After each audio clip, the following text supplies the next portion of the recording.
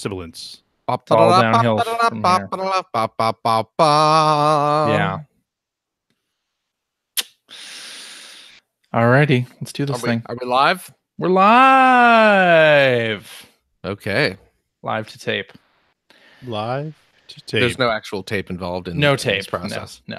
That'd be great if CJ had a couple reel-to-reels behind him. Just always running. I can, You know what? Even if it was just a prop. Yeah, that's what I'm saying. At the start of every stream, it was like, Cool prop. let me turn this on here, and Yeah, they start spinning just to give the illusion. Sure.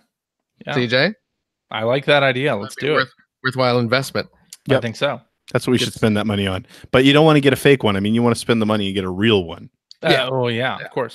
And it's just for show. In fact, But- let's put an old mainframe in there with all those great spinning. Yeah, Little dials that flash. yeah, things. Before Yeah. every show, CJ slides a couple punch cards yeah, in. I like it. It could be like a whole routine. yeah. You could have like a whole thing that set it up. Yeah, that could be like it'd be like kind of our trademark start of every show, where it's like, we're dialing it in. Let's adjust the programming.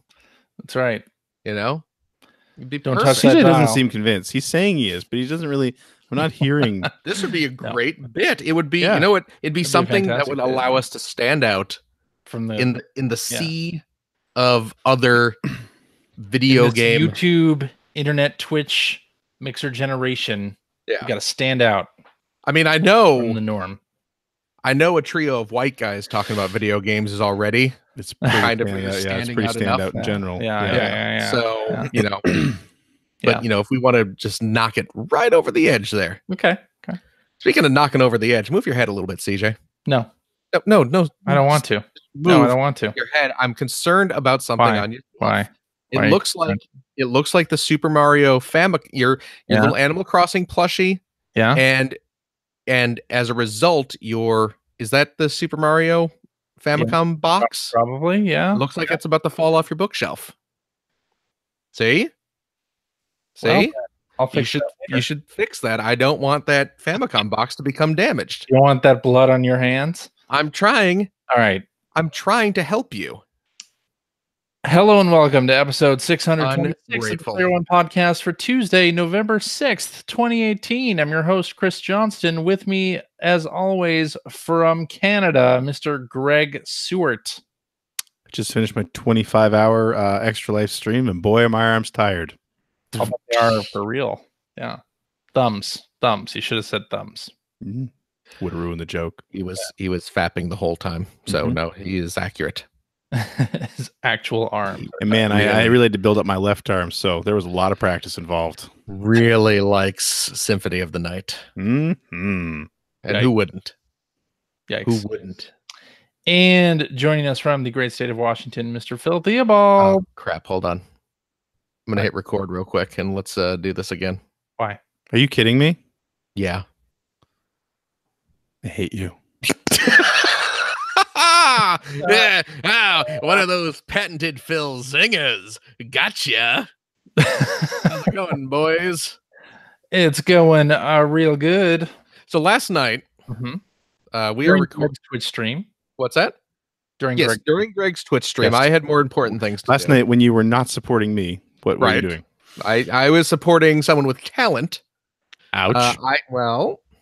I had gone to see Piff the Magic Dragon was here in town.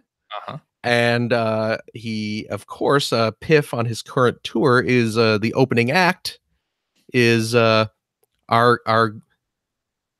good friend. Sure. he knows yeah. who we are. He knows. He knows. Yeah. Yeah. He's aware of us. I'll tell you what. Mostly because Paul tells him. I'll tell you what. He knew me. He saw me, and he was like, we were standing in line afterwards to meet Piff and everything, and he was like, "Oh, you want to? I can jump you in this line, Phil." And I was like, "Nah." It's cool. He knows you by your blue poop. Yeah, and who wouldn't at this point? No, Matt Donnelly of Matt and Mattingly's Ice Cream Social is opening for Piff as Hill Bill, the Mind Noodler, Yeah. doing his brand of backwoods comedy magic. So I was like, I totally, I want to go. Piff is hilarious. Matt's hilarious. I want to go support the Ice Cream Social guys. So Dana and I went to the show, and it was hilarious. Of course. It's really good stuff. And if you are an Ice Cream Social listener, which you should be. Yeah, I mean, we obviously were plugging them, for months leading up to Scoop Fest. But that wasn't just us talking lip service. No. It's a No, genuine. we don't give lip service. We go the whole hog. Well, We go past the lips. a minute on the lips, an eternity on the hips. Yes, that's how we do it. Ice Cream Social, hilarious podcast. Mhm. And if you listen, there was an episode a while ago when Piff was on, and Piff suggested that people who go see the show and specifically see Hill Bill bring raw fish to throw at him. Oh God. On stage. Right. And it was a joke, and everyone had a laugh about it. And at Scoop Fest this year, Piff brought it up again. True. Asking Matt if anyone ever thrown a fish at you, and Matt sadly answered no. But it finally happened last night. And it was you who did it? It was not. Well, okay. See, I joked about that on Twitter because I sent a tweet to Matt like, "Oh, hey, I'm going to be at your show this week," and then I cracked a joke about, I will have a cooler full of mackerel to throw up on stage, but of course I didn't, because Mackerel's expensive. Well, very true, but even more so, Dana and I, we don't, we got a kid, we got jobs, we don't get out. Throwing a fish at a we don't get out. Date nights are hard to plan. Sure. When you're a grown up with family and job responsibilities. So I didn't want to risk being thrown out of a club for throwing a raw fish at one of the performers. Yeah. When they were up on stage. Because it turns out that's exactly what will happen. Oh no. If you throw the dude threw a fish at Matt, and everyone in the crowd is just like, the hell is going on? I'm cracking up. Okay. I think it's hilarious. And then later on in the show, or when once Matt gets off stage and Piff comes out, the fish is still there, and so Piff is making some comments about it, and then the dude comes up to Piff, because Piff is like, who threw that? And the guy actually comes up, and he had more fish, and he throws one at Piff. And then he goes and sits down. And we found out later in the show, as Piff is interacting with the audience, that the fish dude got thrown out. That kind of sucks though, because he's only doing something that Piff told him to do. Yeah. Well, it all worked out in the end though, because Matt actually went and talked to the bouncers and explained the joke and everything, and the guy got back That's in. good. So good for him. Yeah, that's good. So yes, happy ending all around. But yeah, it was fantastic. And afterwards, we're standing in line. Ate the fish? Oh, it's just raw. Yeah, just crouched down like Gollum and just started ripping chunks out of it. Oh yeah. I know we're standing in line to say hi to Matt and to Piff, and I had my Scoop Fest shirt on, and there was a lovely couple from Toronto, Greg. I've heard of it. Yeah. One of the lesser known cities in Canada. Yeah. Well, it's on the other side. Yeah. It's completely. Yeah. That's around here. That's what we call Upper Canada. Oh, and is that right? It's not a nice nickname. Oh, well. Wow. Toity. But yeah, so we were talking to this lovely couple from Toronto, and he's like, "Oh, you listen to Ice Cream Social?" "Yes, I do." And you were at Scoop Fest?" "Yes, I know." I was like, "Oh, I was actually one of the acts, one of the guests. I was with the video game podcast." And he was like, "Oh, you're Player One podcast?" And I was like, "Oh, we are making it big time." So yeah, in Toronto. Big in Canada. Yeah. Our name is finally getting out there, guys. So we did it. That's good. Yay. All right. Well, we did it. We don't have to worry about that anymore. We can stop. It's 12 years now. Something like that. Yeah. Guy. Yeah. 12 years last week, actually. Yeah. A 12 guy, years. a woman from Toronto have heard of us. That's There you go. amazing. So, we did We it. have finally arrived. We did it. Next stop, Emmys. Thank you for tuning in to the final episode of Player One Podcast. Yep. Yes. Now that we have accomplished Greg, all of our goals. your day yesterday was filled with Sega Genesis games, and I hear that your goal went well. Yeah, I was. I had my 25-hour stream. Actually, for the last couple of years, it was for Extra Life. For the last couple of years, I've been splitting it up because that's a long time to stay awake. But this year, I decided, you know what, I'm going to try it, and I had some help from some wonderful, dedicated friends who came and hung out pretty much throughout. I don't think there was a time when I was playing alone. Started off with my son playing Fortnite, and then playing 24 hours of Genesis games. With CJ's best friend Mike was here for the bulk of day one. Oh yes. And then I had a couple other friends one guy who actually showed up at 3 a.m. was one nice lady who showed up at midnight and stuck around till 5.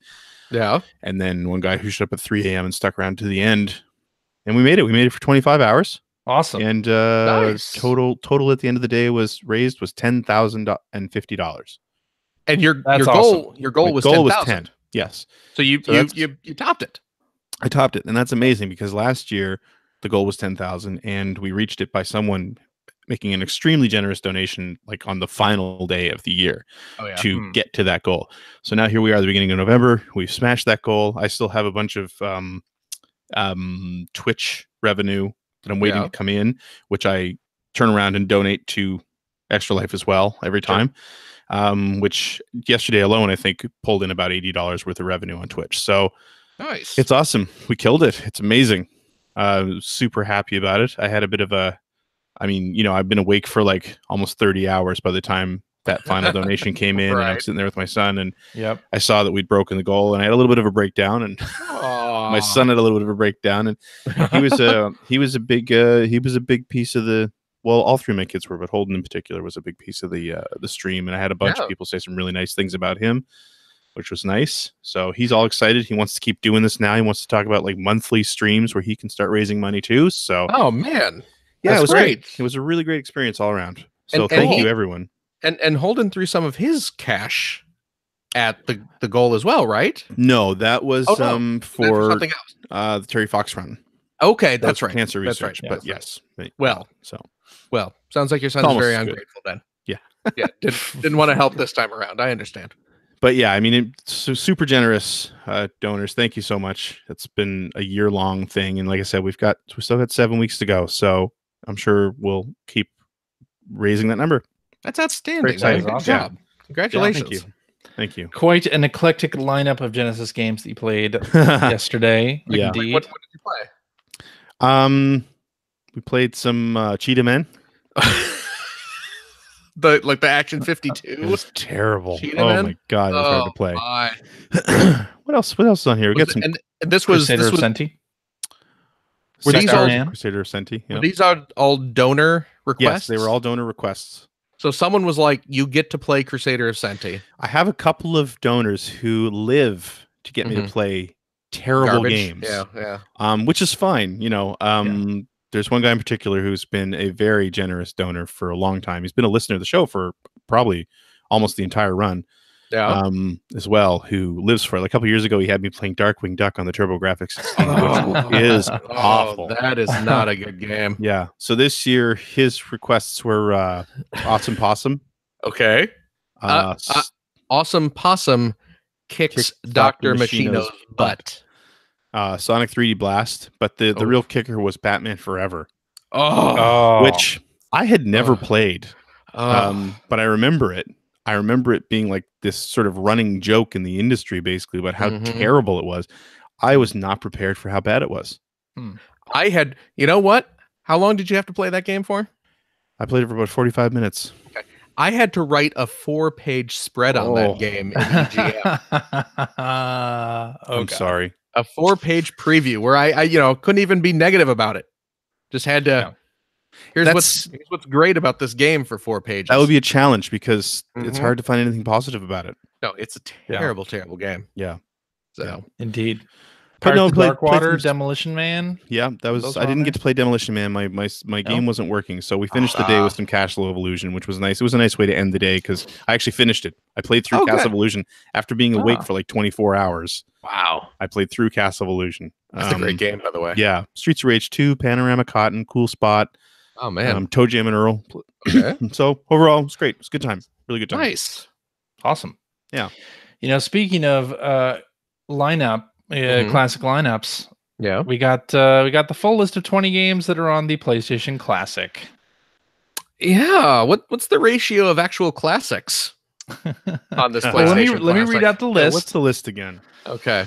Battle Arena Toshinden, Cool Okay. Borders 2, Destruction Derby, Final Fantasy VII, Grand Theft Auto, Intelligent Cube, Jumping Flash, Metal Gear Solid, Mr. Driller, Oddworld Abe's Odyssey, Rayman, Resident Evil Director's Cut, Revelations Persona, Ridge Racer Type 4, Super Puzzle Fighter 2 Turbo, Siphon Filter, Tekken 3, Tom Clancy's Rainbow Six, Twisted Metal, and Wild Arms.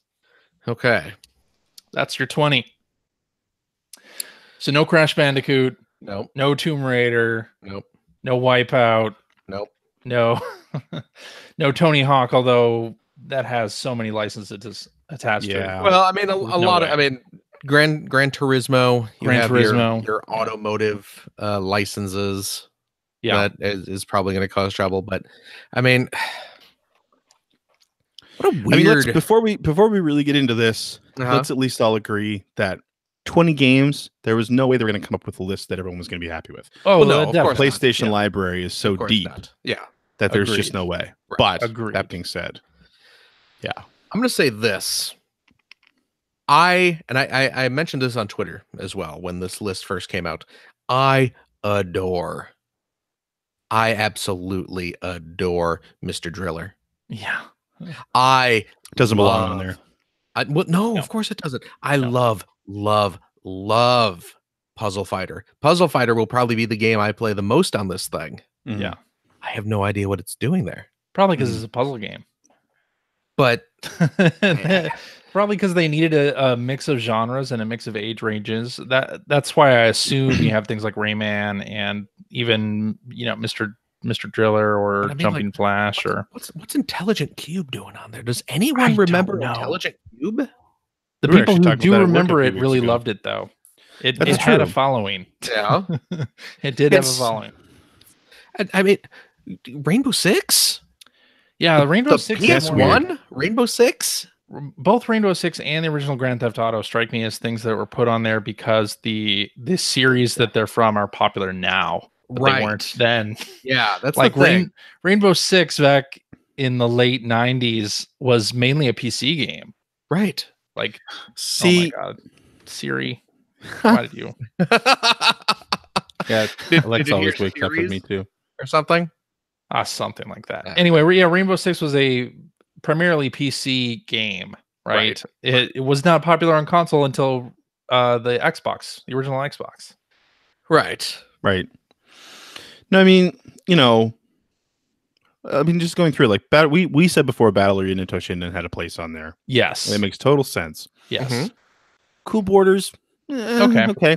But the thing with that I find too, and maybe it was a licensing thing, the fact that Cool Borders 2 is on there, you Yeah. kind of got to ask yourself, like, why isn't Destruction Derby 2 on there then? Right. Because it's a much better game. Well, it's Right. it's weird because from that initial batch of titles, Uh-huh. it was pretty clear that okay, we're not going Yeah. to we're not sticking to the first Mhm. of even though like Right. Ridge Racer, when everyone Right. thinks, name a PS1 game, one of the first ones that's going to pop into your head is the original Ridge Ridge Racer. Yes, Sure. absolutely. No one's going to say, "Oh, Ridge Racer Type 4." No one's going to say that. No. No. They'd probably But- say Rage Racer before Ridge Racer Type 4. Right. Yeah. And it's like, okay, but you know what? We want to have the best Ridge Racer on here, so sure, why not? But that's the thing. I guess the question is like, Yeah. Is it the best one? what is your I goal don't with know. this thing, right? Like, Yeah. is it all about the Yeah. early like major games, especially where we're talking about there might all possibly be a version that has a DualShock at some Right. point. Yeah. Like then if you look at it that way, Destruction Derby, I guess that does make sense. Jumping Flash makes sense. Metal Gear Solid, of course. Yeah. Grand Theft Auto, okay, maybe. The series just wasn't popular when that one came out. Same with Revelations Persona. Yeah. Although That I game remember wasn't getting a lot of ink at the very beginning. That was an early. It was kind of long. Sure. Wild Arms, right? Final Fantasy VII, of course, makes sense. Of course. Rayman kind of makes sense. It was an early game. Resident Evil is another. But Rayman was on everything. Yeah. Siphon Filter. I don't have a problem with that, to be honest. Tekken 3 is probably the best one. Tekken 3 is definitely the best of the PS1 Tekkens. Yeah. I don't know. But you kind of want to have a deep cut in there as well. I mean, that's kind of the point, right? It's like, yeah, sure. So Mr. Driller and Intelligent Cube kind of live there. Yeah. Twisted Metal over Twisted Metal 2? Well, that's what I'm saying. If you're gonna do something like Cool Borders 2, why not Destruction Derby 2, Twisted Metal 2? Right. And like with the Ridge Racer, I agree. I still think you put the original Ridge Racer on. One of the things I'd like to find out, and I bet you they're not doing, with Type 4, if you remember, Type 4 came with a disc that had one of the tracks from Ridge Racer on it. Oh, really? All high res. Okay. It was basically sort of like here's a taste of what Ridge Racer would have been if we made it now. Okay. Yeah. So it's like, oh, that's pretty cool. I bet you it won't be on there, but that would be an interesting thing to include. Yeah. Probably not on there. And then no Crash. I understand. No Crash Bandicoot. No Spyro. Crash Bandicoot. I mean, the system revolved around Crash Bandicoot for that Christmas, that great Christmas where all three systems were really pushing and the advertising was sort of going at one another. It was really great. Yeah. You don't have it. You don't have Crash. That's crazy. No, you don't. Yeah, that is crazy. That's the entire reason the PlayStation, like the PlayStation brand, during that time was all about Crash Bandicoot. It was the ads of the Crash character yelling at Nintendo of America. Yeah, not anymore. Yep. Not on here. Get it? It's weird. It's not like I'm not buying it. I'm still getting it. You're gonna get one? Well, yeah. I mean, I want to have a machine that plays Puzzle Fighter and Mr. Driller. Don't you already have one? You have multiple machines to play Puzzle Fighter, Mr. Driller? You know what? I don't have my PS1 hooked up anymore. Isn't that weird? Can you hook it up? I guess. But why do that when I could go spend $200 or how much is this? $100? $100. $100. $99.99. $100. That's true. That is more convenient than hooking up a couple cables. It's it's all the way in my storage unit. It takes up it's a bigger footprint.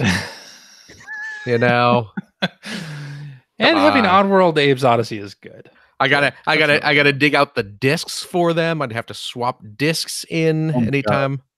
Quality of life thing, really. Well, it's true. It's definitely a quality of life increase to have two of my favorite puzzle games right in one place. Mm-hmm. I mean, that's indeed really. All right. Oh my goodness. We got sarcasm, by the way. Sarcasm. Smash Brothers Ultimate Direct last week, and yes, we learned this is the final one. It was a 40-minute long presentation. Yes, I didn't watch all of it. About 30 minutes too long. But I did see that the big thing coming out of it is that the Piranha Plant is going to be a fighter, and one of the first downloadable content thing, one of the first editions. And the internet goes mad. The Piranha Plant is a free gift for people who buy it early. Yes, that's right. So that's if you buy it, I think by January or something. 31st, you get the Piranha Plant for free. Yeah, which is cool. And then in the presentation as well, they did this great thing. They're offering a season pass type thing, an expansion pass. And they said they had a statement basically for those who were confident in the value, like go ahead and purchase it. Like, which I thought was funny. They said specifically, we're not going to say what's in the pack, right? But please buy it if you're confident of the value. Well, they said what's in it. They just didn't give the specifics. Right? They said, okay, you're right. They had the number of fighters that you're going to get. There's 5 updates. Each update has a fighter, a stage, and like a music track. Yeah. So they just did not say specifically what characters, what it is, right? But be confident in the value before purchasing. So That was good. I thought that was an interesting little note there. So said no other company's going to do that. They also said, I don't know if you caught this, but it sounds like they haven't actually begun work on the DLC stuff. Oh, really? Okay. That's how they made it sound. Well, they said that it would be coming throughout the next year, right? Right. Yeah. Yeah. So it's like we're going to start the DLC stuff after we finish up the main game. Yeah. So, well, I'm sure we'll get plenty of balance tweaks and things. Yeah. In the months after launch, for sure. Do you think Waluigi will be in one of these 5 DLC updates? Do you think they'll give in? I'd be shocked if not. I'd be shocked. Yeah. I was happy to see though they have a new spirits thing instead of winning little figurines in the game. You collect spirits, and they're like special fights that are sort of in the spirit of the character they represent, but featuring fighters and things that are actually in the game. So, they showed off the Able sisters as an example of this, and then you fight like a bunch of Sonic the Hedgehogs. Yes, because they have spikes, kind of looking like Sonic. Anyway, but one of the spirits is one of them. Yes, and one of the spirits is Wart. Of course, Super Mario Brothers 2. So I'm very, very pleased that Wart is getting at least some due in Smash Brothers. I believe they showed Mouser is another spirit. Yeah. So Mouser getting a little, some Super Mario 2 representation in there. Yep. And Smash Brothers Ultimate, of course, on the eShop already. I pre-bought it because it's one of those games that I'm just going to want to have on my system. It's like Mario Kart. Fan Fest. Mario Kart. Exactly. You're right. Yeah. Did you buy the season pass and everything? I have not. No. I didn't. I did. Yep. I bought the whole McGillicuddy. The whole Megillah. I certainly did. Okay. Well, you'll have to tell me how those 5 fighters are. Well, I won't have to because you will break down and buy them yourself. I don't know that I will. I know this is the case. I don't know that I will. I didn't buy any of the DLC for the Wii U version. We know that you will. Yes, but CJ wasn't the stereotypical Wii U fan like he is with the Switch. I guess you're right. So, all right, let's talk about Apple's event last week because I know you want to. Now, in one of the slides, as they were presenting the new iPad Pro that they did last week, they showed a slide that had the Xbox One S on it, and we're touting that now the iPad can push the kind of visuals that you would expect out of an Xbox One S. Bullshit. And a bunch of people got up in arms, like, how dare they, or whatever. Yeah. And I'm an Apple fan, you might say. Really? You might say. But in a lot of these presentations, they tout how close they are to console gaming, right? They just, they show off a game. In this year's case, it was NBA 2K19. Look how close our tablet is to playing actual games. Yeah, but the problem is the software library is not the same, right? Like, you're not playing. I don't know. I heard there's a Diablo game coming out on iOS. You're not playing Red Dead Redemption 2 on your iPad. You're not playing on the PS4 at this point. Forza Horizon 4 on your iPad. You're playing, your Pocket Mortys and your Amateur Surgeons. You see. Wow. And just those? Just those two. That's it. Yeah, that's all. Amateur Surgeon and Pocket Morty is the only games available on iOS. Yep. Mm-hmm. Yeah. So it's different, right? It's not comparable really if you look at what each platform offers in terms of software library. And not to say that mobile is bad or doesn't offer good games. It's just they're very different experiences, right? A mobile device, usually with a mobile game, you have something that you can play for a few minutes, whereas a console is a dedicated thing. You're going to sit in front of the TV and play for a few hours. And the games that are available on both kind of work towards those strengths. Yes, I agree. So getting up in arms about Apple showing off an Xbox One S in their presentation, like, why even bother? Like, if you know that the libraries are different, you know the whole thing, it's not a big deal. What controversy is? No controversy. There shouldn't be a controversy. Okay.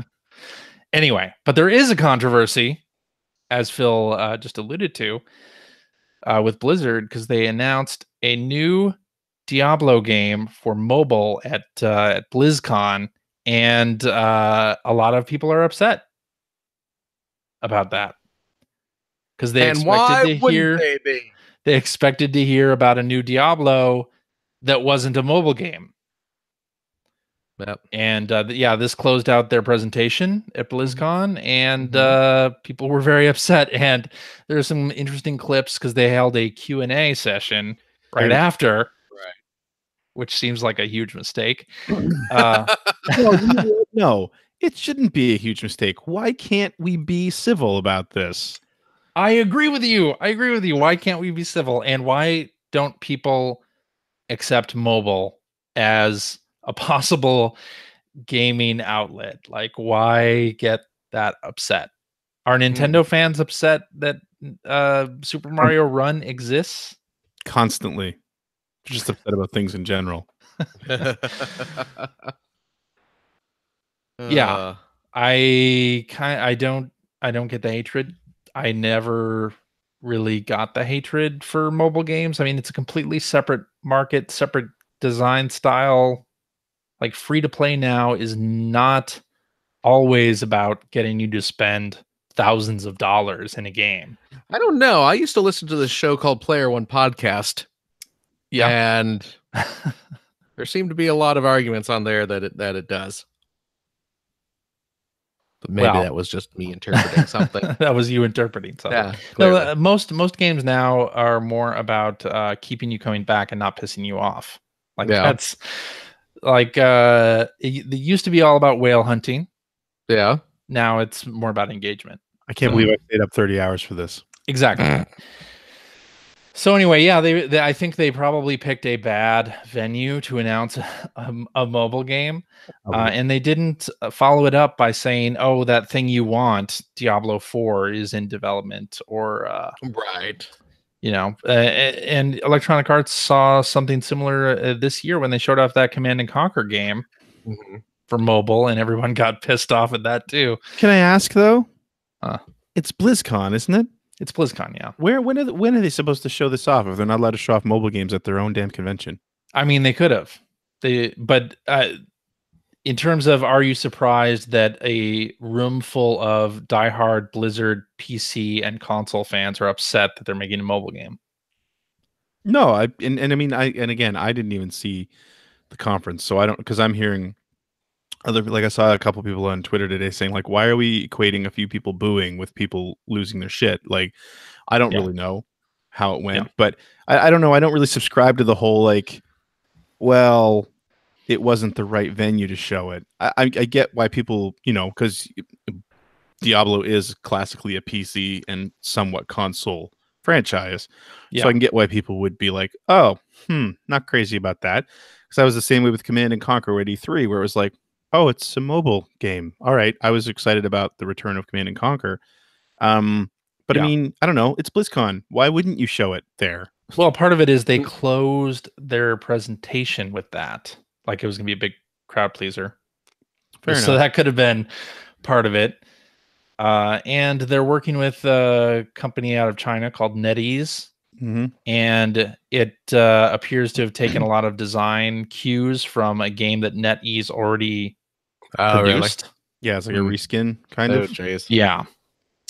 So that has definitely got people up in arms. Ah, well, whatever. It's something though that people who don't want to play it can just not play it. It's going to be a free to play game on mobile. It's not taking anything away from the experience of Diablo. I mean, wasn't that the issue that people were upset about though? And again, this is all third hand information for me.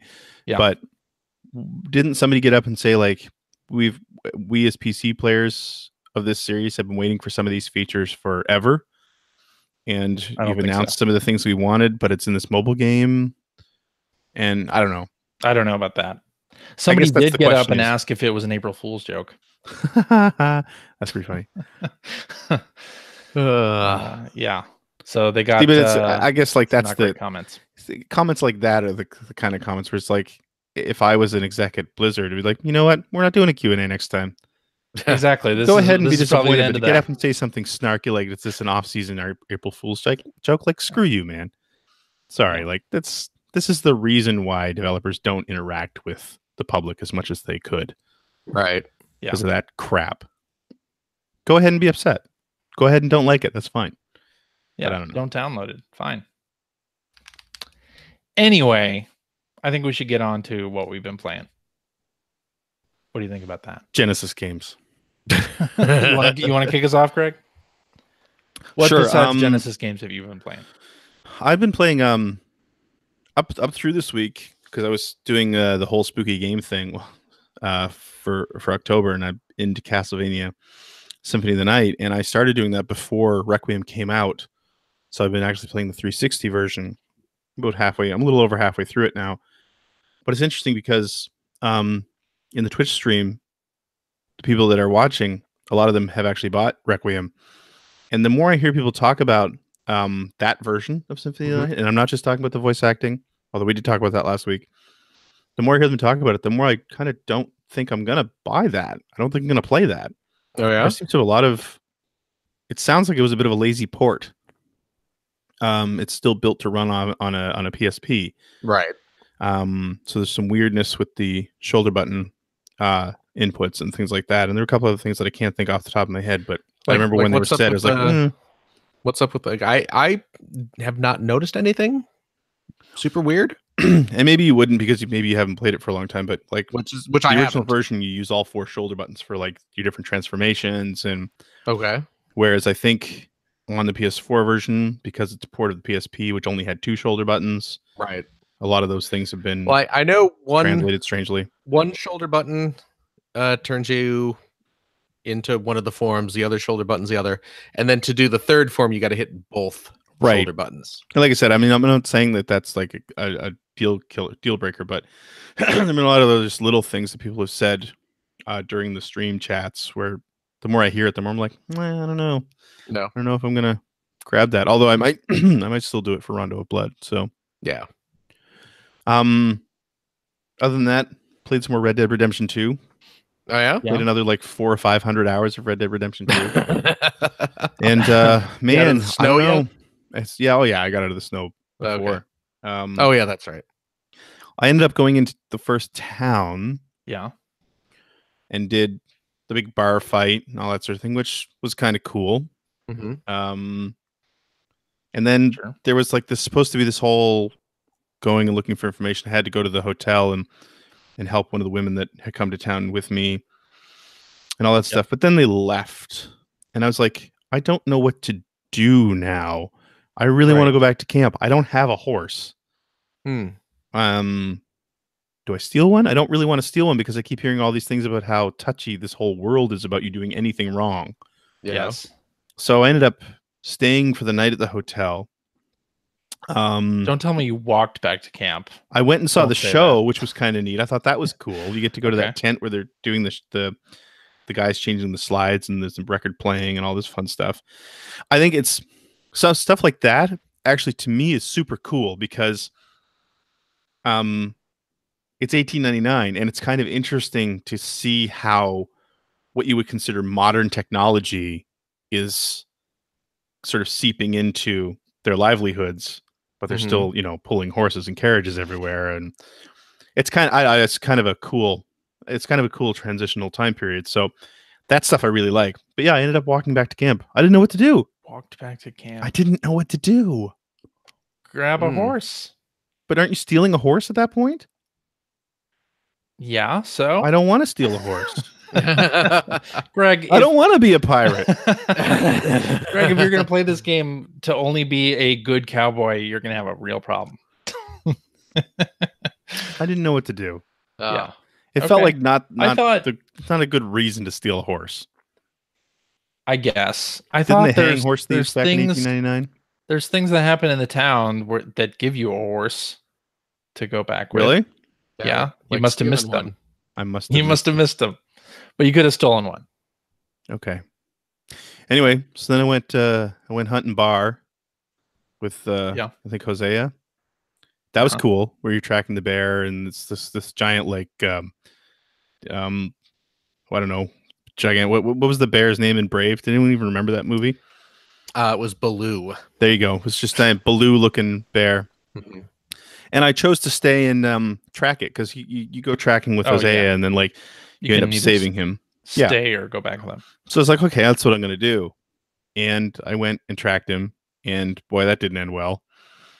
I can't imagine that it did. Yeah. Yeah, but then I didn't really know what to do after that. Like, I respawned by the riverbed. My horse was nearby, and I'm like, I didn't know how to get back into the mission. I didn't know what to do. Anyway, I just find myself really confused in that game a lot of the times. Anyway, I don't know. It's still not doing much for me. I'm going to give it probably a few more hours this week and see if it starts to really pick up. Yeah, it does not hold your hand. It does not. I wanted to hold my hand, but it'd be nice to get a little bit of direction once in a while. Yeah. You know.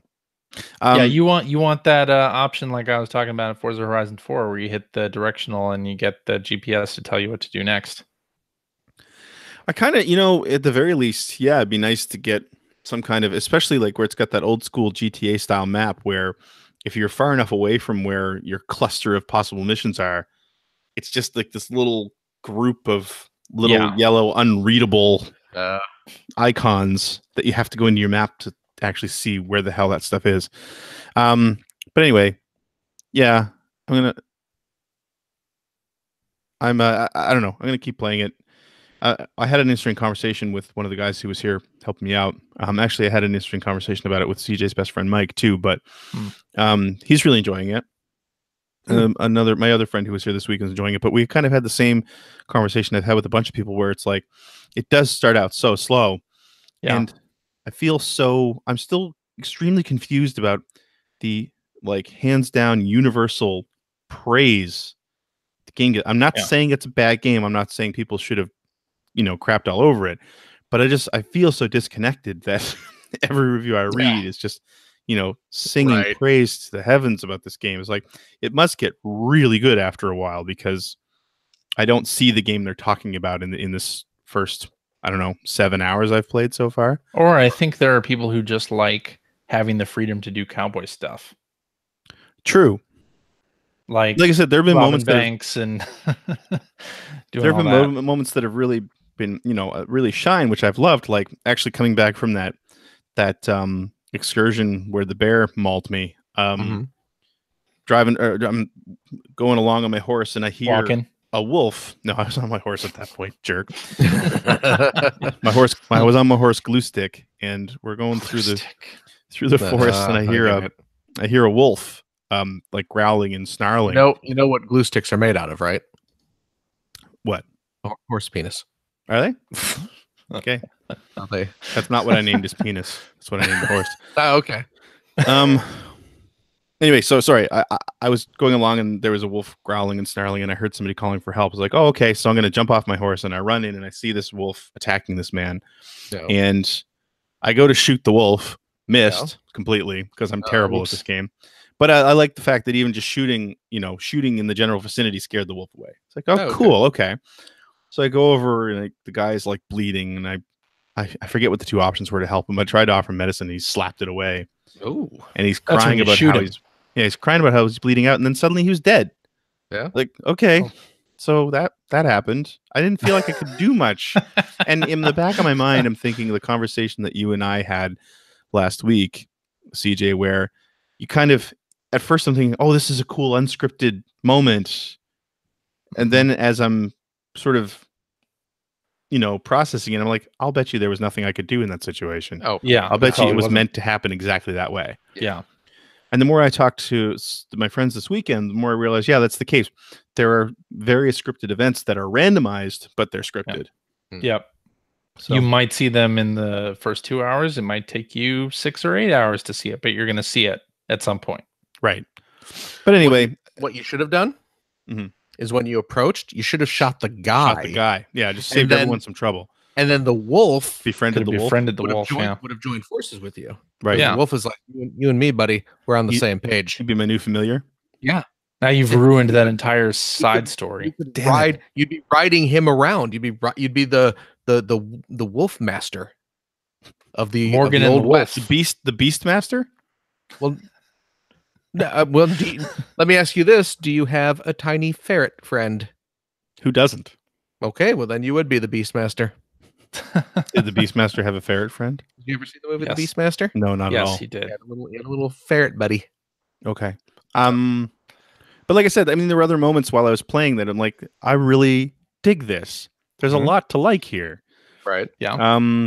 So I will keep giving it a chance, but I also want to. Really, what's going to do it? If Tomb Raider goes on sale on Black Friday and it's a good price, Probably I will will. stop playing Red Dead Redemption. Probably will. It 'Cause will. That's what I'll be I playing mean, instead. Of course it will. Oh Yeah. man. Anyway, right, that's then. really what I've been playing. All right, Phil. What Yeah? do you got? We've been playing some of the same games here. Well, I'll tell you what. Well, I guess you have been playing this, although I've been playing the DLC of it. uh-huh. Supposedly you picked up Spider-Man again this I week. saw pictures. I did. Did on you see the Twitter. screenshots that I posted? That's Mhm. weird, unexpected, but there Yep. it is. Yep. Back on it. No, but you know what I did? What I was talking about doing last week, where I was concerned about foregoing Spider-Man DLC to play R2D2, and forgetting how to play Spider-Man. So what I did was I just said, you know what? Screw it. I'm going to buy the Spider-Man DLC and play that, and then start up Cowboy. So you played through There it. you go. I did not. I haven't Okay. played through it yet. I haven't had much time this week. Played a little bit of because I bought the season pass or whatever they're calling it, which will eventually contain 3 DLC Right. storylines. Yeah. The first one, of course, is out now, entitled The Heist, Yeah. which involves Black Cat. So I started playing that a bit. Just got a Batman's little. girlfriend? Yeah, Okay. yeah, Michelle Pfeiffer. Nice. Yeah, Dangerous Minds, I'd pay $40 for that. Gangster's Paradise. You're familiar with that? Mhm. Coolio, right? Cool. Yeah. Coolio. Yeah. When she taught Coolio in high school. Yes, Yep. indeed. So that's the one. You control Michelle Pfeiffer, teaching Coolio how to stay in school.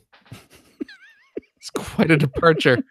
And then Weird Al makes a song about Yes. it. Lawrence Henderson Yes. shows up. Exactly.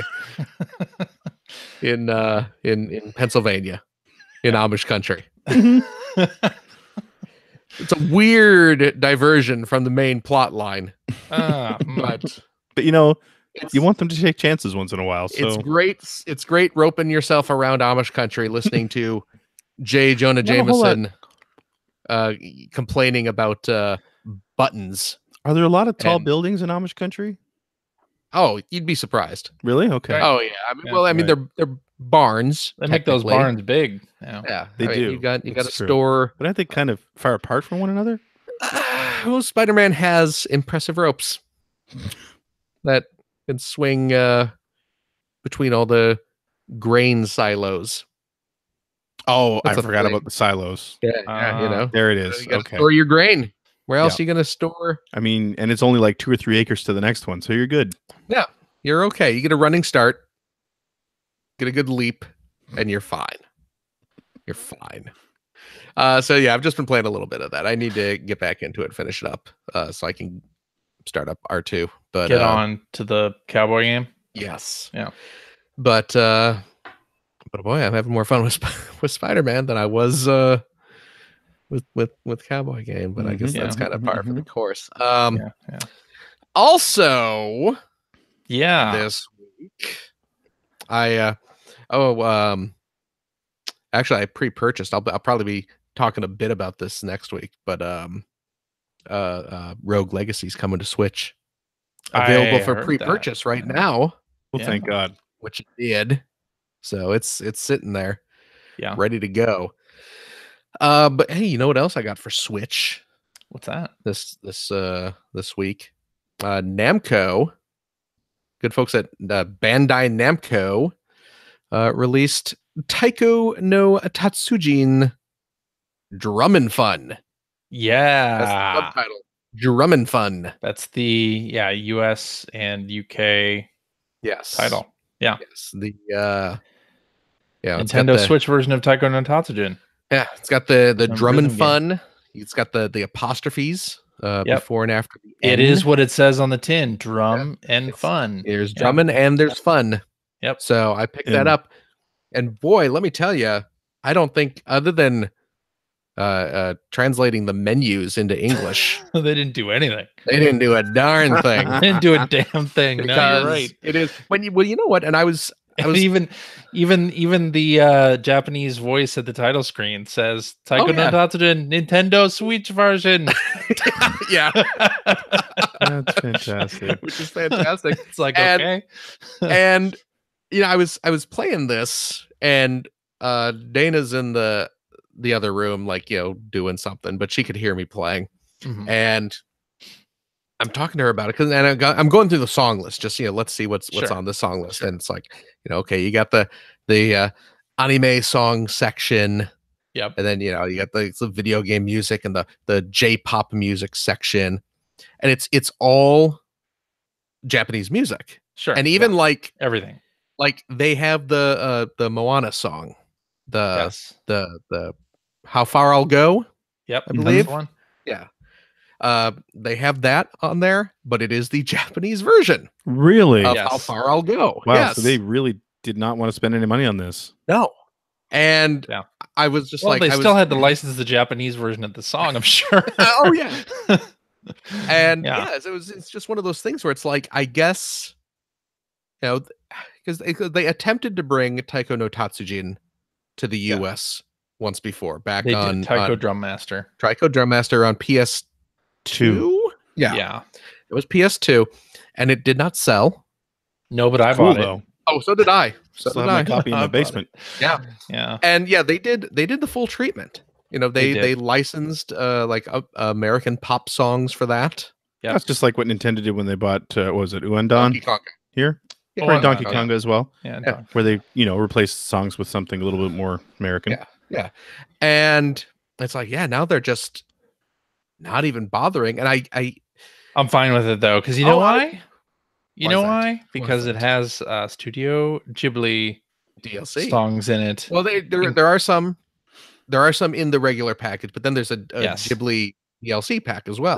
There's a DLC pack. It's $5 extra that'll get you even more songs from Totoro, Kiki, Castle Sky. Yeah. So it's good. Yeah, but I bought that immediately. I guess they figure that they must have crunched the numbers and realized this game's not gonna sell huge numbers no matter what. Right. And if anything, the handful of people that this is going to sell to will probably be more upset if we do change the song list than if we don't. They barely promoted it. So the trailer for it came out in July or something, right? And then on the eShop there was no thumbnail for Taiko no Tatsujin until noon on Friday when it was available for sale. Well, so there was some question is this even coming out? Well, here's the shameful thing on my part. I did not realize, I had completely forgotten this was coming out until you posted on Twitter. You actually tagged me on Twitter, hey Phil, look what I just bought. And I'm sitting at work thinking, holy crap, I totally forgot this was coming out. I had absolutely no idea it was coming out this soon. Yeah. There's no physical release. Not in the US. In Europe, is. Europe there is, but US it's digital only, which of course means that there is no drum controller in the US. Right. That's right. You're stuck playing with either the buttons or using the Joy-Cons motion control. That's right. Did you try the motion control? I did not. I did. I've heard it's not great. And then I went back to using the buttons. Nice. I mean, it's fine as a like, oh, isn't this cool? Like it's working. But if you want to do anything more than like the basic difficulty, you're not going to want to do the motion controls. It's not accurate enough to keep up. No. And it's funny too, because when you start the game, like the option actually pops up where you have to select, are you using the drum controller or the Joy-Cons? Well, this goes back to your saying they didn't do anything but translate the text. Exactly. That's exactly what it's like here. They give you the option to use the drum controller, which is not available here. That's right. Yeah. Which is, of course, why I imported one. So okay, then I did not. I most certainly did. Was it a big full-size drum controller like last time, or? Yeah, it's the same size as last time. Yeah, I mean, it's when you say full size, you say full size. Oh, I know, that's what I mean. That's what I mean. It's like a foot diameter. It's like a mouse pad. Yeah. Right. Yeah. So, so I have that ordered and on its way. So I'm very excited. The game itself is, I mean, it's Taiko Drum Master, which is a fun little arcade game. It's a fantastic music game. I love it. Yeah, it's a fantastic music game. I played it a little bit for my daughter. Showed her the Moana song in particular, which she sang along with in English. And then she decided that game was going to be too hard for her. So then she went back to playing Lego City Undercover. It was smart move. That's a great game. It's a great game. Yeah. Yes, it is. It's funny. I showed it to Finn. Well, Finn spent a good chunk of today playing Minecraft. But I was like, oh, hey, we should stop playing Minecraft so I can play the Taiko no Tatsujin game. Yeah. And he's like, oh, yeah, you should play it and play that Linda, Linda, Linda song. And I was like, oh, dude, that song's not in the Switch version. No, it's like not on there. It's not? Why don't you just play the other version then? I was like, I wanted to play. What are you going to do? Switch. Yeah. But I was just delighted that my son was genuinely disappointed that his favorite Blue Hearts song, because my kid loves, as all 6-year-old American kids do, they love Japanese punk music. But it does have Train on there if you're in the mood for some Blue Hearts. Yeah, but that's hey, I friggin' love the Blue Hearts. So and you unlock more songs while playing. Oh, you do more Namco originals. Really. Okay, it's just the Namco original stuff. Okay, nothing great, but okay. But I bought the Ghibli DLC pack. Yep. I bought the Vocaloid DLC pack. I didn't bother with that one. And I bought a couple because they have a bunch of classical tunes on there as well. Yep. But those are all sold separately for some reason. You can't just buy a pack of them. I bought like 1 or 2 of the classical tunes. All right. Just because there's some good stuff. Yeah, that's a great game. That's a great game. Glad I picked it up. Also, my standout game this week, though, for as much fun as Spider-Man is. Yep. But, I played that game. I beat that game already. That's all right. It's yesterday's news. As great as Taiko no Tatsujin Drum Fun is, and it is, but I played a million versions of Taiko no Tatsujin. Yeah. I played another game that I guess I played a million versions of this too, but I've never played it like this before. I downloaded the demo for the PlayStation 4 of Tetris Effect. Yeah, which is this was a timed demo this weekend only type of thing. Yeah. So now the game comes out next Friday, I believe. November 9th. This week. Yeah, it's this week. Yeah, November 9th, I believe, is the release date, which is indeed next Friday. So, but yeah, this is the Mizuguchi, Tetris game. Yeah, where it's like Mizuguchi of Rez and Luminez fame, and it's like so now you get the sensibilities and the style of Lumines, but with with an actual good puzzle game attached to it. I was going to say. Yeah. A really good half puzzle of that game. sentence did Tetris. nothing for me. Yeah. If you like what Mizuguchi did with Lumines, imagine if the gameplay was fun on top of looking and sounding great. Oh, It piqued my interest. you're not Because wrong. You're not wrong. I'm absolutely not wrong. And holy crap, man. Jeez. I was It's surprised good. playing this game actually, because I mean we've all played Tetris. Of course we have. We've all Of course played we have. Tetris. We know what to expect. And let's face it, up until now, arguably the definitive version of Tetris Game Boy. is an ugly pea soup green. Yep. Right? Yeah. Arguably. So yeah, when I started this game, I was like, oh, it's Tetris. I'll try the time limited demo, and mostly because a lot of people on Twitter were talking about how great it is. So I was like, okay, I'll download it and play. But it's Tetris. I know what to expect. Right. And then so the controller starts vibrating as I'm playing, and the music starts building as I'm getting Tetrises. Yep. And it feels different to play it. In fact, like when the cosmetics change over to the fire. Cosmetics, because the gameplay area actually changes in a similar way to Lumines, how that changes song by song. Tetris Effect changes also, and when it got to the fire and things started getting faster, heat up a little. They heated up. Yeah, I actually my palms started getting sweaty. Oh, the controller heated up too. And the controller was vibrating in my hands. It's like it was gonna just fall to the floor or something. Slip through my fingers. It's beautiful, and it's so a beautiful game. It's a beautiful game, and I think there are people who think that this is a PSVR game because they have touted that compatibility so heavily. Right. It is a PSVR game, but it's also just a regular PS4 game. So, Mike Phillips. Yeah, when I was tweeting out about having played it, Mike responded with, "Oh, I thought this was just a VR game." No, which it is not.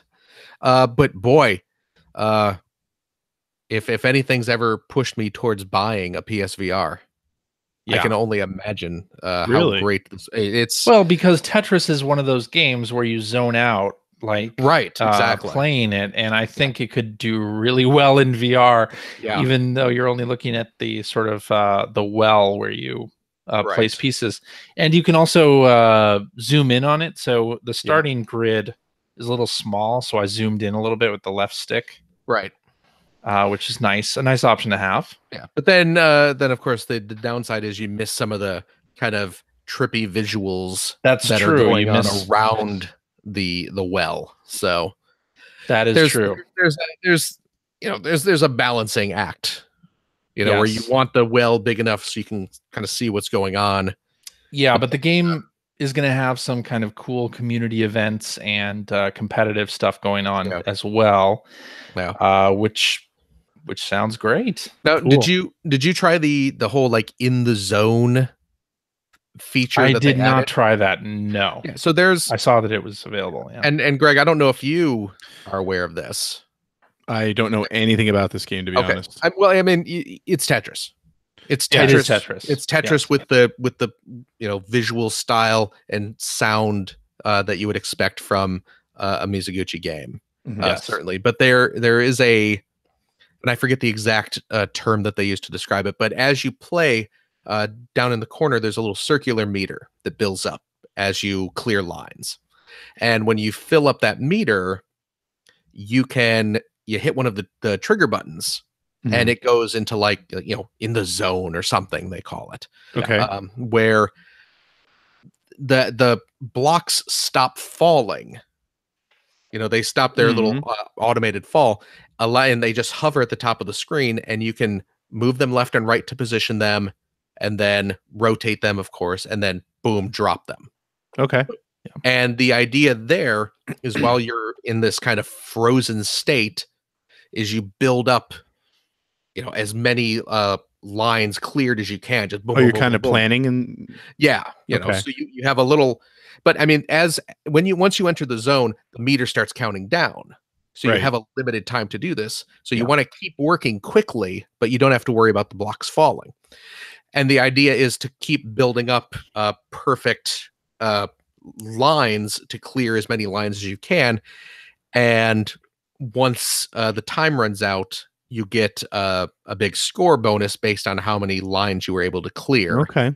And I think it's 18. If you're able to clear 18 or more lines, it counts. A perfectress is what they call it. Nice. And you get a huge score bonus. But the other catch is, though, when you clear the lines, they don't disappear. They just move to the bottom of the screen. Yeah. Okay. So you end up having this solid block of bricks on the bottom of the screen. So you have less and less room to maneuver in as you're building up, trying to get to this perfectress. But Interesting. It's really cool, it's though. really great. And you can pop on YouTube and see people who are already kind of mastering that ability. And I think I saw these... Mark retweet somebody had accomplished something, and Mark retweeted the screen and said, "Congratulations, you're one of like 12 people in the world Yeah. that has done this." It's insane. And honestly, I keep kind of forgetting that option's there because I get so just involved in standard. Because again, I've been playing Tetris for decades, 30 years. Yeah, you kind of, you throw this new mechanic in there, and I kind of forget it's there once I'm wrapped up in the actual action. Yep. And the one time I did remember to trigger it, I was only able to clear like maybe half a dozen lines or something before running out. But I will have to download this after the show. Yeah. Yeah. It was a limited demo, so it'll be offline once this show goes out.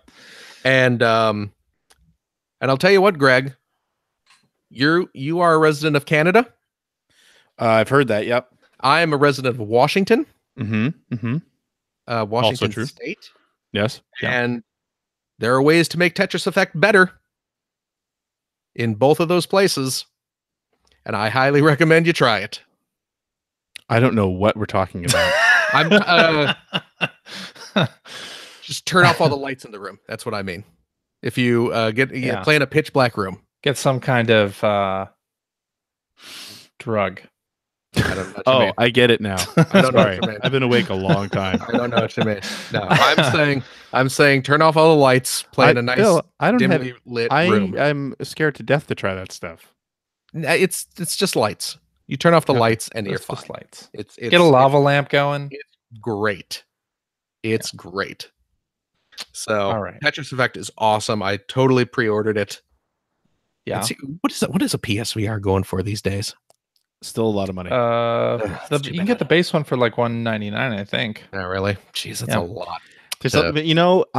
Phil, I would say again, go check out the store, the digital store. There's a lot of content. There's more than you expect. Well, and that Astrobot game that's getting really good word of mouth. Praising sounds like that's worth a look. Yeah. I'm looking at that too because I'm kind of been hankering to play a VR game, and I was actually looking at getting Moss. Yeah. But then I'm hearing that Astrobot's better. Astrobot game is supposed to be really good. So and that with Tetris coming out. Yeah. How much is Tetris supposed to be? Tetris is $40. Don't. No, play that demo. It's less of a boy, it's not worth that, and more of a wow, that's it's worth it. It's worth it. Okay. Yeah. Maybe if we knew somebody who I don't know. I paid for it. No, I'll probably pick it up. I bought it. You know what? This is terrible.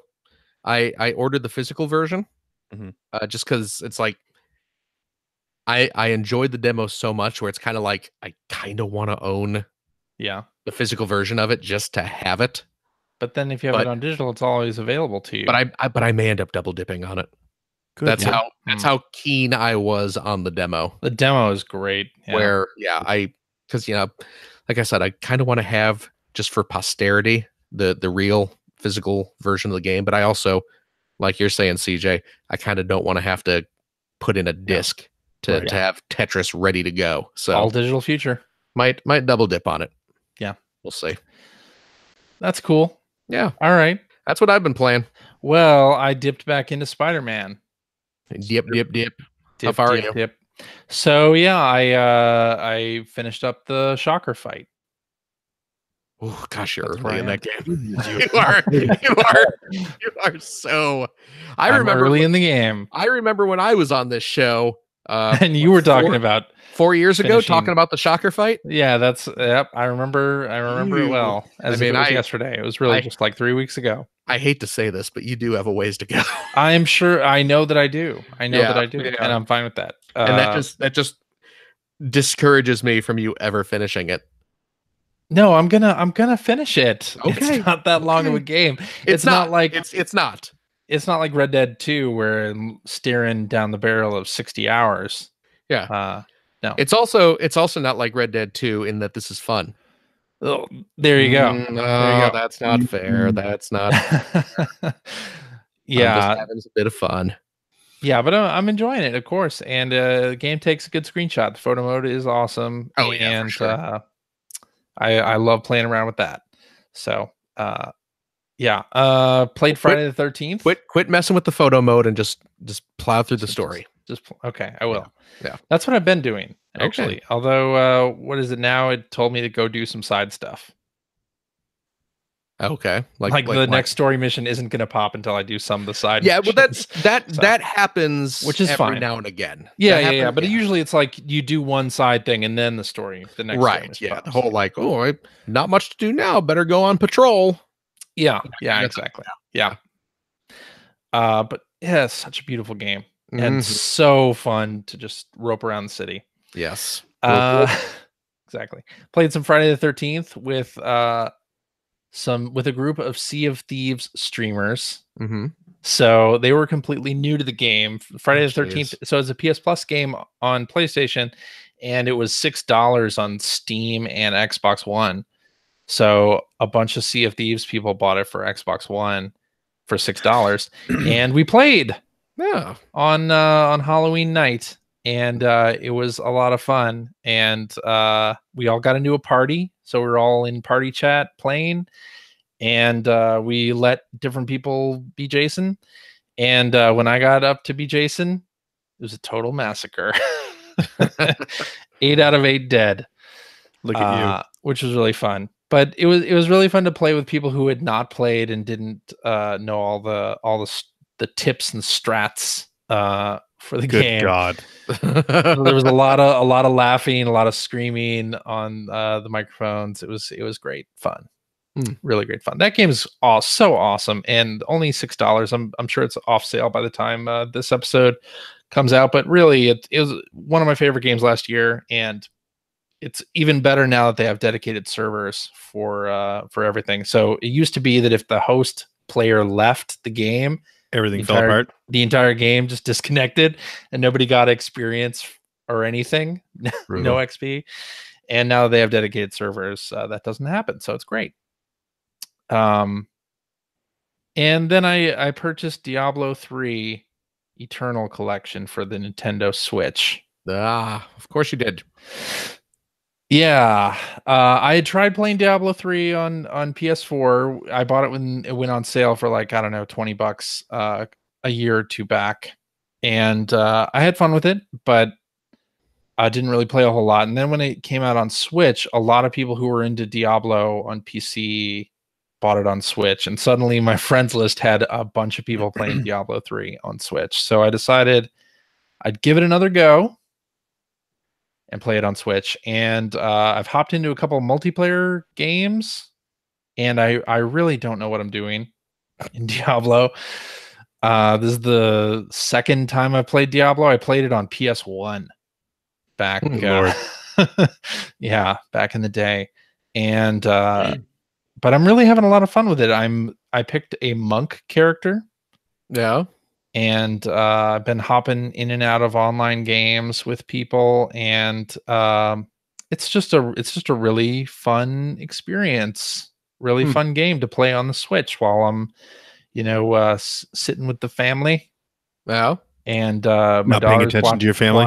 Watching something on her iPad, and my wife's watching something on the TV, and I've got my Switch, and I'm playing Diablo. Sounds like some good family time there, CJ. That's exactly the family time. Yeah, shared memories. Exactly. Yeah, but it's really fun. I'm level 23 now. A monk. And I didn't realize that they have season setups, kind of like Overwatch or Fortnite, where there's like different rewards and things for seasonal play. So I don't exactly know what I'm doing there, but I'm playing through the story mode, which you can also play online with people, and I'm having a lot of fun with it. So Neato Mosquito. Neato Mosquito indeed. And let's do some tweets. Tweedly deedly dee. Tweedly deedly dee. Tweet. Tweet. Yes, tweet. Here comes the tweeters. Yes. Everybody get around. We have tweets coming up. These are nice new tweets on Twitter. It's going to be pretty good. Everybody. CJ is having a bit of a moment here. Let's tweet it up for. I hope you're feeling better, CJ.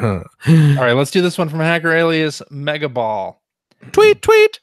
Who says, I wasn't planning to buy Diablo 3 for the Switch, but all the buzz of Immortals made me want it. Immortals being the mobile game. The mobile one, yeah. Do you have a similar case of a game you bought because of a negative buzz? P.S. I'm loving Diablo 3. It is my first Diablo. A similar case where we hate bought a game? Is that where we hate bought a game? Yes. No. Hate bought a game. I don't think so. I forced my way through that crappy Leisure Suit Larry game. The college one. Oh. Are you gonna buy the new one? But didn't you buy that like when it came out, or did you wait until you heard that it was terrible and then you went and got it? No, I knew it was gonna be terrible. Well, I mean, I know you knew game? It. That Bubsy game from the Oh yeah, I did get the Gianna Sisters people. Yeah, the good one. Bubsy. What the hell's it called? It's got a subtitle. There's a new one coming too. There's another one. Yeah. What? They announced a new one last week. Is it also from the Gianna people? Yes, I think so. You're buying. They got their new cash cow. Player One Podcast, your one-stop shop for all Bubsy related reviews. Yeah. That's crazy. Speaking of hate bought, I bought Bubsy 3D on PlayStation. I've never booted it, but I hate bought that. Oh, did you really? Yeah. Bubsy 3D? Yeah, because my quote is on the cover. That's not a hate buy. You are referenced on the you contributed to that game. I guess. Yeah. Let's face it. I have sneakers for the Xbox. Yes, I bought that after hearing that it was ridiculous. I was like, I have to own this. Well, the other thing is that it was a Toys R Us exclusive in the US. It was a Japanese launch game, and it was a Toys R Us exclusive in the US like later on. Yeah. Right. So see, for me, I honestly did buy it because I heard it was so bad. It's like, I feel like I need to own this. So I guess it's good. It's a good hate buy. Yeah. Yeah. What's going on with that new Leisure Suit Larry game? I don't know. There was a trailer for it. You sent that around to us. I don't know what's going on with it though. Is Al Lowe involved in that? Sounds like something you would be more likely to know. I was going to say. I feel like that's a question we would normally ask you. I don't know. It was not a good trailer though. Oh, the hacker alias Blair Farrell in the chat says that he bought Aliens Colonial Marines for like $10. I also bought that at Five Below for $5. Actually, another one I got cheap for kind of that same reason was Duke Nukem Forever. Oh, you know that game Fuse by Insomniac? Yes. Remember that one? Yeah. That game where Activision, I assume it was Activision, sucked all the fun out of the design before it was released. I think it was Electronic Arts, if I remember correctly. But I forget what the name of it was before But I remember them showing that very early on, and it looked kind of neat and fun. And then they turned into just another generic space. Yeah. Is that the one where the box art like just cut off the characters' heads or something? Yep, that's the one. I own that. I bought it on the clearance aisle at Target for like $5. I figured I had to own that. So I guess that's a hate buy. Yeah. It was a good game though. I mean, it has some decent ideas. People just didn't like that it switched from being something that actually it just good didn't feel like one of their games afterward. It just didn't. You know what I mean? Yeah. Didn't look like one anyway. Indeed. All right. Let's do this one from Hacker Alias Docky, who says, "Which games do you enjoy but feel you're playing them wrong? Whenever I play a Western RPG, I ignore all the menus and stats and wander freely. I played 60 hours of Oblivion and never closed the first gate. I later learned this prevented any demons spawning on the map." I mean, Oblivion's a good example of that. In that, I know the first time I played that, I had never really played Western RPG. Yeah. And I was so used to Japanese RPGs where if there's something you can interact with, you should pick it up. Right. So when I first started playing it, I'm going through houses, I'm like, picking up everything. I don't know why I need this stuff, but I'm going to pick it up. And then, of course, you just have all this random useless junk in your inventory. Yeah. Right. Game that you played wrong and still enjoyed. I felt that way with Fallout 4. Because much like you, I picked up everything, and then you're encumbered suddenly, and you walk slow. Huh. I felt like I was playing Mario Kart 64 right until I played against Greg Ford one night, and then realized how bad I was at Mario Kart 64. I didn't have the slightest clue about the boost you get for power slider. No. Oh my gosh! I don't think Shane did either. Shane Bettenhausen, Greg Ford, and I used to be roommates in San Francisco. Yeah, and we busted out Mario Kart 64 one night. Shane and I were both playing, and all three of us were playing, and Shane and I thought we were pretty good, and Ford just mopped the floor with us. I think that was the night we both discovered the power slide boost. How did you I had no idea it existed. I mean, that was like. That was the thing. That was the thing about that game. I don't ask me why. I don't know why I didn't know. And you're like the racing guy. And I would say I put multiple hundreds of hours into that game, but I played multiplayer against a bunch of other people who didn't know that existed. So I mean, yeah. Oh man, that's terrible. I don't know if I certainly you feel like you're playing them wrong. Like Dark Souls. Dark Souls is another good example. I never know how if I'm playing it correctly or not.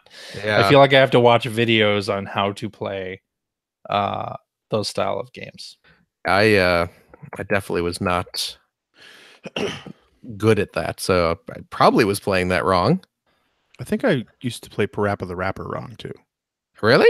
How do you play that one wrong? Because isn't the whole point like you can freestyle in that as well? Yeah. Isn't that the whole thing? I was never good at it. I could never do it. Oh yeah? So I mean I followed the buttons just fine, but I couldn't do You never rapped cool? I did as well as I could if you followed the exact instructions. Okay. Okay. Interesting. All right. Yeah. Should we do one more tweet? Sure. All right. This one from Hacker Alias Maximum Clark, who says, "Have you played the Fallout 76 beta? I've seen some videos that look really bad, full of bugs and glitches. Graphics look like a reskin of Fallout 4. Your thoughts? I'm more convinced Red Dead 2 was the correct pre-order I chose a few months ago." Tetris Effect was the correct pre-order. Yeah. Let's be honest here. I did not play the Fallout demo. The beta? Or the beta, yeah. Well, right now, anyway, you had to pre-order the game in order to play the Break It Early Test application. And haven't they just flat out said like, hey, this game's gonna have spectacular? Yes, they have. I mean, they've that's kind of said the point, isn't it? They've said exactly that. Yeah. So I mean, that's that part of it, whatever. But I mean, as far as the reskin and everything go, sure. Fallout 4 was the game where I finally accepted that I don't need to play those games. Not that they're bad games, they're just not for me. Yeah, same with me. Yeah. I almost finished Fallout 4, but didn't. Yeah. I think part of the concern here is not only that it looks bad or has bugs and glitches, but that there are no NPCs except for robots. Is that because of the online thing? Yeah. So the way that they are, the way that the game is constructed is they want it to be a social online game, right? So that the other player characters who are living are other real people playing the game, which is interesting, and I'm curious to see how it works out for them. But I've seen a lot of commentary online that people aren't sold on that experience. So, I think this is one of those things where a lot of companies want to make a game that's always online and that feels like it has a pulse, where you're playing against real people. Like Forza Horizon 4 does that, Sea of Thieves does that, Fallout 76 is doing that. And I think it'll be interesting just to see how people react to that when they are a fan of an offline solo experience and suddenly they're kind of forced into a pool. It's a big shift. It is, yeah. One that can be incredibly good and one that can be not so good depending on what your expectations for a game like this are. Yeah, could be incredibly lucrative. Yeah. Also for them if it takes off. Sure, and I can only imagine that Fallout 76 is the type of game where it's going to be more akin to a live service. I know that term has a lot of baggage with it, but I don't think the game that they're launching on November 14th is going to be, this is the game and that's it. That's all there is. Right. So we'll just have to see how that plays out. I have not pre-ordered it. So I don't think any of us have. No. I won't. Where, yeah, that's just, it's not a game for me. Okay. Which, again, not that it's bad. It's just not a game for me. Exactly. Madden football can get 10s. Doesn't mean you're going to go out and buy it. Exactly. Alrighty, and that is our show for this week. Thank you very much for listening. If you have a question for us or would like to comment on something you heard, you can direct that to @P1Podcast on the Twitter, or you can go to our internet website at player1podcast.com. There you'll find our contact information. You'll find hot, fresh Generation 16 episodes. Yes, I mean the latest one went live just before we started recording tonight. Nice. Episode 116. Is it live for everyone or just everyone? Patreon supporters? Live for everyone. Nice. Everyone. Yep. So go check it out. Go watch that. You'll find show notes and links to all the things that we talked about on our website, as well as a link to our Discord server where you can discuss really anything you want. But also this episode with us and other listeners.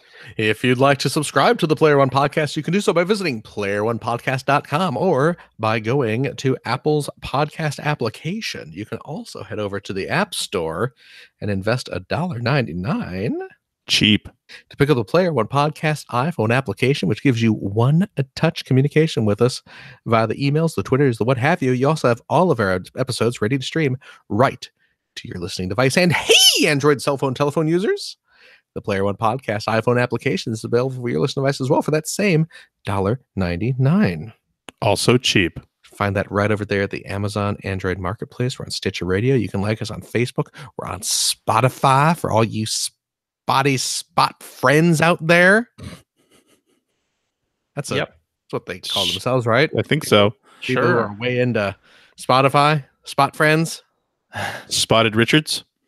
I gotcha. Wink. You can also watch archives of our show and check us out live most weeks on the youtubes.com/P1 podcast. And if you like what you've heard, and how could you can head over to patreon.com/P1 podcast, where you will find our Patreon page. You can throw some money at us, throw a few shekels our way. It keeps CJ awash in all those upcoming amiibos for Smash Brothers Ultimate. I do have Ridley ordered. Yeah. So you're gonna you got to get that Piranha Plant amiibo now. I guess I do. That's coming soon. You know, yeah. You're gonna have 5 mystery ones from all the DLC. Probably count on that. Probably. I don't think there's a probably there, dude. That's showing up, dude. And hey, if you are a Patreon supporter of the $5 or higher tier, you gain access to a top secret special after show Player One podcast when the mics go down and the pants get hiked right up. And it is exciting. We have fun. Can't wait for it to start. We play games. We crack wise. You can find out which one of us hates the other, like for realsies. You get all the dirt. So please think about doing that. And hey, if you have a couple bucks left over, head over to generation-16.com, where you'll find the Patreon link to help support Greg Stewart's outstanding. I mean, I haven't seen this latest episode yet, so I can assume it's outstanding. I can't say the streak is unbroken, but odds are it's probably pretty good. Web series about North America's favorite second banana, the Sega Genesis. Thanks, Phil. Thank you. Do you want to spoil what this new episode's about? It's about a game called Star Cruiser, which do I know that one? You probably don't. It was a fully 3D, a polygon, kind of an open world, kind of a space flight game. Yeah, okay. Came out in 1990. Very, very cool. Who published It's amazing. Game? It was published by a company called Messiah.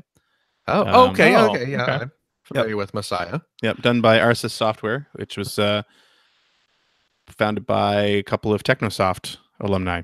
Okay. Yep. Go check it out. It's really a fascinating little game. It's first-person shooter, space combat, open world gameplay.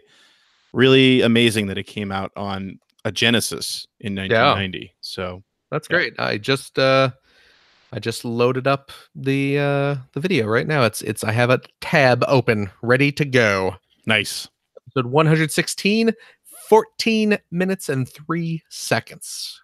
It's 3 seconds that really puts it over the top. Yeah, well, that's the thing. Yeah. I refuse to watch any YouTube video that is fewer than 14 seconds or minutes. Yes. Which I guess encompasses fewer than 14 seconds as well. That's also so it all works true. out. It all works out. CJ. Yeah. Thank you. Thank you, Phil. Gregory. Yo. Thank you as well. Thank you, Philip. What? For being you, man. Oh, geez. Well, that's nice. Man. Just for being you. This has been a kind of a tough week. I actually kind of needed that. Greg, thank you. Well, that's really nice thing to say. It's really. I'm gonna go play some more Tetris Effect. Okay. Well, we gotta do the after show first. Too bad. This stuff's kicking in. I gotta get while the getting's good. Okay. Catch y'all next week, folks. Bye, everybody. Bye-bye. Peace.